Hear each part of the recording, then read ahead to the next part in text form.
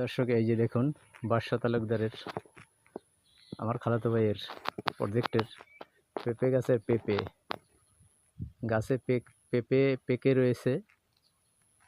পাকা অবস্থায় গাছে পেঁপে। এই যে দেখুন, আমি এখন একটা পেঁপে ছিঁড়ে নেব। এই যে পাকা পেঁপেটি আমি ছিঁড়ে নিলাম। এই যে দেখেন, এই যে এদিকে সবজি কলা, এই যে সবজি কলা গাছ।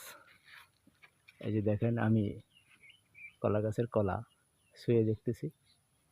হ্যাঁ, ন্যাচারাল, একেবারে ন্যাচারাল, কত সুন্দর। এদিকে এই যে ছোট ছোট আম গাছ, সুন্দর আম গাছ। এই যে আম গাছ, এদিকে মাছের প্রজেক্ট।